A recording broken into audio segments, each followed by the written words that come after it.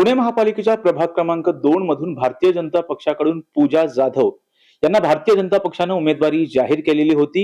ही उमेदवारी जाहीर झाल्यानंतर त्यांनी मोठ्या जल्लोषामध्ये उमेदवारी अर्ज सुद्धा दाखल केला. परंतु त्यांचे काही व्हिडिओ व्हायरल झाले आणि त्यानंतर पक्षाकडून आदेश आला आणि त्यानंतर त्यांनी त्यांची उमेदवारी मागे घेतली. उमेदवारी मागे घेत असताना दोन्ही अर्थात धनंजय जाधव आणि पूजा जाधव हे दोघेही भाऊक झाल्याचं पाहायला मिळालं होतं आणि यानंतर यावर राजकारण सुद्धा एकंदरीत पेटताना पाहायला मिळतंय. आज ओबीसी नेते लक्ष्मण हाके यांनी सुद्धा या संदर्भामध्ये मोठ्या प्रमाणामध्ये टीका सुद्धा केल्याचं पाहायला मिळतंय. भाऊ, ताईंनी उमेदवारी अर्ज मागे घेतला. लक्ष्मण हाकेंनी थेटपणे हल्लाबोल केलेला आहे. लगा लगा मला बघा अशा पद्धतीने तुम्ही प्रसिद्धी मिळवताय असा आरोप केला. खरं तर तुम्ही ज्या प्रश्नांनी सुरुवात केली त्यामध्ये आपण असं म्हणालात की पक्षाने सांगितलं आणि माघार घेतली. असं काही झालेलं नाही. पक्षाने सर्वे पाहून प्रभाग क्रमांक 1 चा केलेल्या कामाचा इफेक्ट हा 2 वर होता. म्हणून आम्हाला त्या ठिकाणी संधी दिली आणि त्या ठिकाणी मेरिट्स मध्ये असल्यामुळेच पूजाताईला भारतीय जनता पार्टीने, जो पक्ष भारत देशामधला 1 नंबरचा पक्ष आहे, पूर्वीच्या काळी 99 त्यांचे नगरसेवक होते. आता एक घेतलेले नगरसेवक साधारणतः 125 नगरसेवक ज्या पक्षाकडे आहेत त्यांचे 40च्या आसपास नगरसेवकांचे निष्ठावंतांची तिकीट कापले गेली अशी चर्चा आहे. का तर मेरिट पाहून. आणि त्या मेरिट मध्ये आज पूजेसारखी मुलगी, माझी बायको, एक 8 महिन्यामध्ये बसली, हे देखील काम मोठं आहे. परंतु हे होत असताना तुम्ही ज्या व्यक्तीचं नाव घेतलं, लक्ष्मण हाके, त्या लक्ष्मण हाकेंनी ज्यावेळेस पूजाताई त्या प्रभागामध्ये काम सुरुवात करत होत्या 1 नंबरच्या, त्यावेळेस आमच्या विरोधी असणाऱ्या महिला उमेदवाराच्या घरी जाऊन यांनी काही डाळ शिजवली होती की पूजांना विरोध कसा करायचा, काय गोष्टी करायच्या. या ज्या सगळ्या गोष्टी आहेत आणि त्यांनी टीकात्मक ज्या गोष्टी बोललेल्या आहेत त्या देखील कुठेतरी मला वेदना करणाऱ्या आहेत. माझ्याकडं आमच्या ऑफिसला काल साधारणतः 700 ते 1000 लोकांची भेट दिली. त्यामध्ये वंजारी समाज असेल, ओबीसी समाजामधले इतर पोट जातींमधला अनेक समाज असेल, इतर मागास समाज, सर्वच म्हणजे 18 पगड जाती 12 बोलतेदार लोक गहिवरली, हळहळली. अनेकांच्या घरी जेवण झालं नाही काल. आम्ही सर्वांनी एकत्र काल डाळच्या भात खाऊन ते दिवस असा कटू दिवस आमच्या आयुष्यातला हे केला. परंतु एक राजकारण, समाजाचं खोटं प्रेम काय असतं ना, हे सगळं लक्ष्मण हाकेंनी त्यांच्या वागणुकीतून खोटं काय असतं ते दाखवून दिलं. लक्ष्मण हाकेंच्याच पेजवरती जर तुम्ही गेलात तर खोट्या फेक एआयच्या त्यांनी त्यांचे व्हिडिओ टाकलेले आहेत. म्हणजे मी कसा मसीहा आहे, मी कसा ओबीसींचा तारणार आहे. आतापर्यंत समाजामध्ये भांडणं लावणं, समाजामध्ये दुरी निर्माण करणं, स्वतःची दुकानदारी करणं, हे या लक्ष्मण हाकेंनी केलेलं आहे. आजवर मी या लक्ष्मण हाकेवरती व्यक्तिगत बोलण्याचा कधी प्रयत्न केला नव्हता. परंतु आपण जर स्पेसिफिक पाहिलं तर बीड मधून काही ओबीसी बांधवांनी देखील प्रतिक्रिया दिलेल्या आहेत. साधारणतः वंजारी समाजाची बरीच मोठी ती फळी आहे. आम्हाला ते नावांवरनं समजतं. परंतु आमच्या प्रभागामधला वंजारी समाज, आमच्या पुणे शहरातला वंजारी समाज हा आजही आमच्या सोबत आहे. आज सकाळी देखील काही लोकांनी आमच्यासाठी भेटी घेतल्या. येऊन त्याच्या डोळ्यामध्ये पाणी होतं आणि आम्ही जे काल हळहळलो किंवा आमच्या डोळ्यात जे पाणी दिसलं ना आमच्या दोघांचे, ते आमचे कार्यकर्ते, आमच्या भागातले सहकारी, आमचे भगिनी यांनी केलेल्या कामामुळे त्यांना असं वाटलं की आपलं स्वप्न भंगले, म्हणून त्यांच्या डोळ्यातलं पाणी पण आमच्या डोळ्यात पाणी आलं. अन्यथा आमच्या डोळ्यात पाणी आलं नसतं. आम्ही आज निवडणूक लढण्याच्या अगोदरच विजय आहे. काय ते मगा काय ते म्हटले असतील. या सगळ्या गोष्टी कसं असतं, ट्रेंडिंग नावाचा एक प्रकार आहे सोशल मीडियामध्ये. आणि आम्ही जी गोष्ट आमच्यासोबत घडली ती आज लोकांना इतकी भावली आणि लोक असं सांगतात की सोशल मीडिया सगळीकडे पाहिलं तर पूजा धनंजय जाधव, पूजा मोरे हे नाव चाललंय आणि कुठेतरी त्याच्यामधनं मी मागे येतो आणि मला जनतेने बघा, अशा पद्धतीनं येऊन ती खोचक टीका त्यांनी केलेली आहे. परंतु ओबीसी समाज देखील त्यांना उत्तर देईल. आणि माझी सर्व ओबीसी बांधवांना विनंती आहे, ज्यावेळेस आपल्या समाजाचं येतं, आपल्या कुटुंबाचं येतं आणि आपल्यावेळेस अन्याय होतो, त्यावेळेस आपल्या समाजाला विकासाच्या स्पर्धेमध्ये, शिक्षणाच्या स्पर्धेमध्ये सर्वीकडे कुठेतरी न्याय मिळावा म्हणून आम्ही दोघांनी ती मराठा समाजाची घेतलेली भूमिका आहे. समाजाला न्याय मिळावा. परंतु आम्ही कधीच वंजारी समाज असेल, ओबीसी समाज असेल यांना बाधा होईल असं आम्ही कुठे काम केलेलं नाही.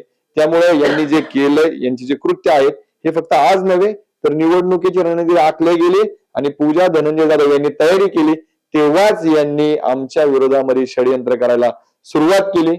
आणि आम्ही असे आहोत तरी कोण की जो लक्ष्मण हाके आमच्या प्रभागाचा मतदार नाही, आमच्या भागात त्याचं काही काम नाही, तो व्यक्ती राहिला वेगळीकडे, तो आमच्या प्रभागात येतो, आमच्या प्रभागातल्या विरोधकांना साथ देतो आणि या सगळ्या गोष्टी करतो. त्यामुळे हा आमचा विजय आहे. त्यांनी काही बोललं तरी ते किंमत देऊ नये असं व्यक्तिमत्व त्यांचं आहे. नीच व्यक्तिमत्व आहे, त्यांच्याकडे आम्ही दुर्लक्ष करतो. दादा, त्यांनी दुसरा एक आरोप केलेला आहे, ते म्हणजे तुम्ही छगन भुजबळ यांच्या गाडी फोडण्यासाठी दगड घेऊन गेला होता असा आरोप केला. हे काय?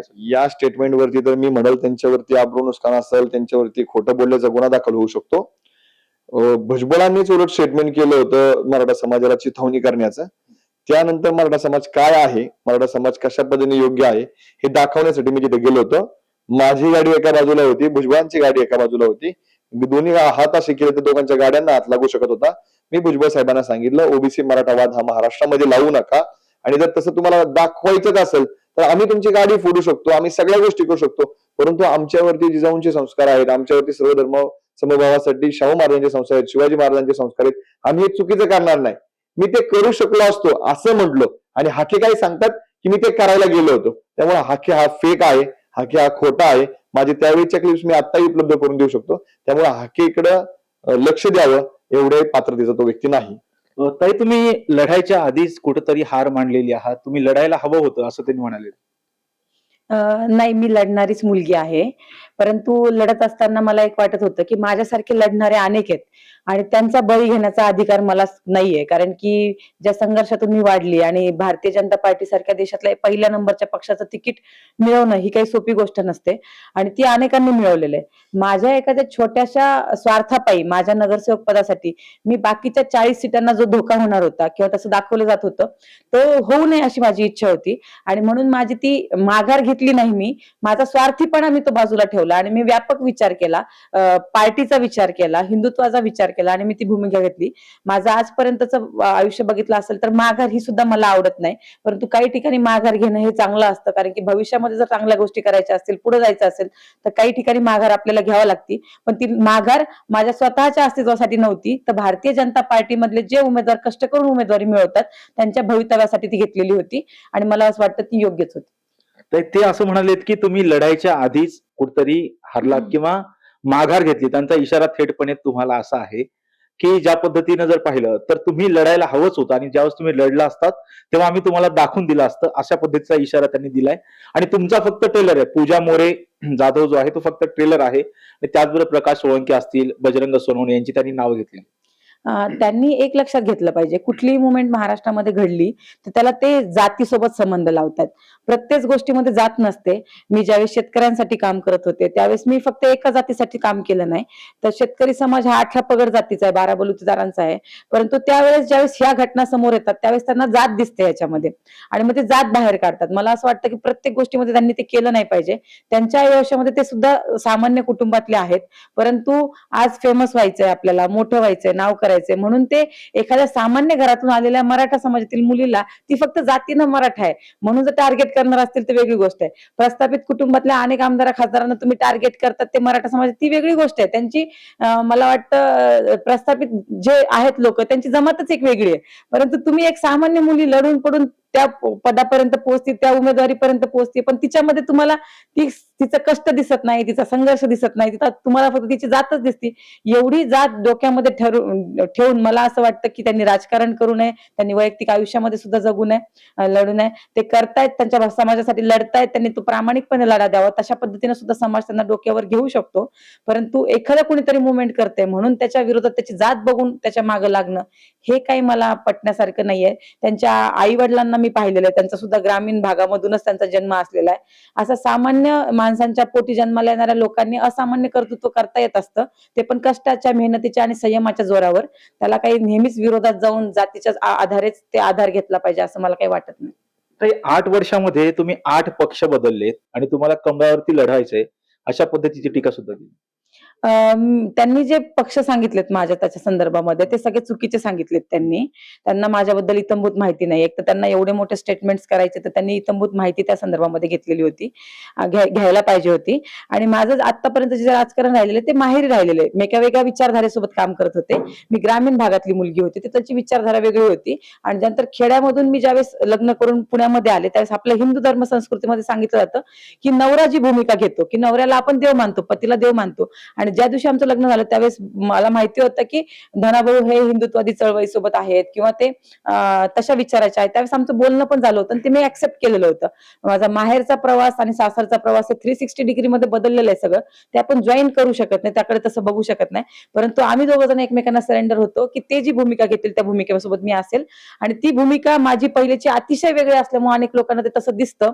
परंतु आता आम्ही ठरवलंय की त्या विषयात पुढे जायचंय, पण अनेक चुकीचे संदर्भ त्या ठिकाणी जोडले जातात. शेतकरी संघटनेमध्ये मी काम केलं, कारण की शेतकऱ्यांचे प्रश्न होते.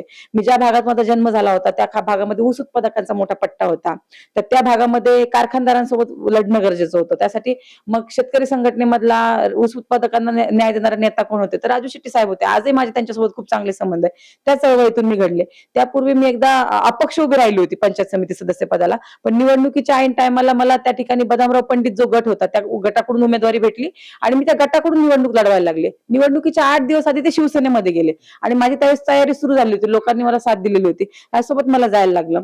आणि परंतु मी स्वार्थासाठी कधीच गेले नाही. कुठल्याही मोठ्या पक्षाकडून मला कुठलं पद भेटलं नाही. ज्यावेळेस मी राष्ट्रवादी काँग्रेस पार्टीमध्ये प्रवेश केला होता त्यावेळेस पक्षाची ती खूप म्हणजे कमकुवत बाजू त्यावेळेस झालेली होती. तो काही सत्ताधारी पक्ष नव्हता, पण त्यावेळेस महाराष्ट्रामधला एक मोठा नेता शरद पवार साहेबांचं नाव ऐकत ऐकत मी मोठी झालेली आणि त्यांच्या अडचणीच्या काळामध्ये आपण त्यांच्यासोबत उभं राहिलं पाहिजे म्हणून मी उभं राहिले.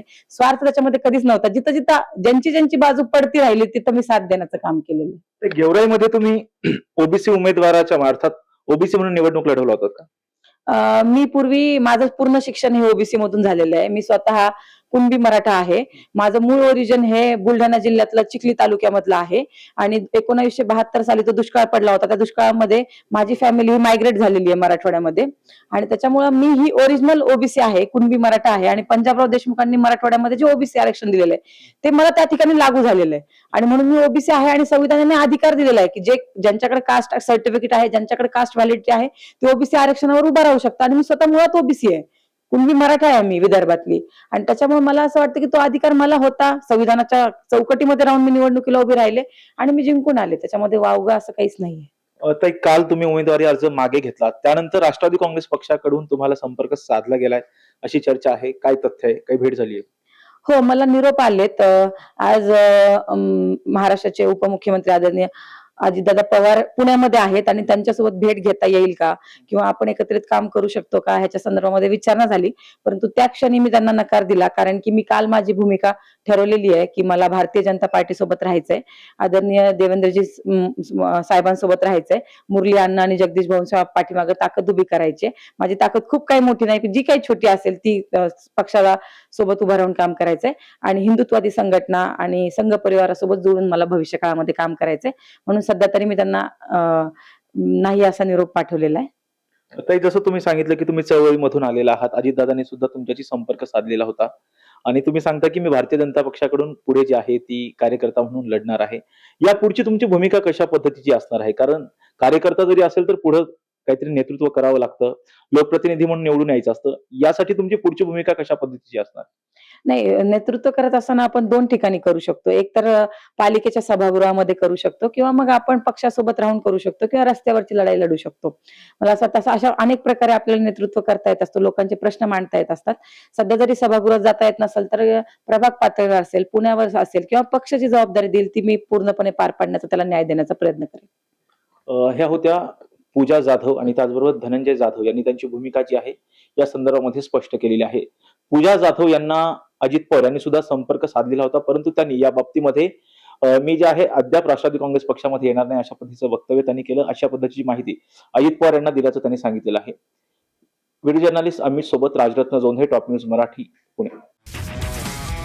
तुमची car, electric panel, data server आगीपासून सुरक्षित आहे का?